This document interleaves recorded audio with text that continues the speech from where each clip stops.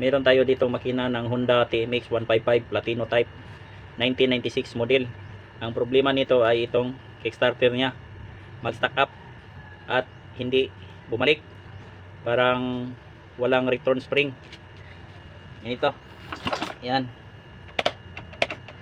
ayaw bumalik, yan, stack up sa ilalim, yan. Ang problema nito ay nasa kickstarter, kaya baklasin natin ito, biyakin ng makina para malaman natin kung ano ang dahilan. A few moments later.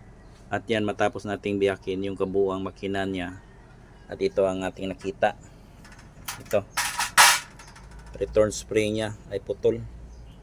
Yan, naputol. Ito yung kanyang dulo. Ito, dito yan, naputol.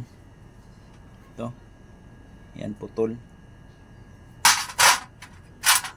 Kailangan nating palitan ito. Dalawang bagay lang ating pag mayroong problema yung ating kickstarter, pag ayaw bumalik or hindi mag-return.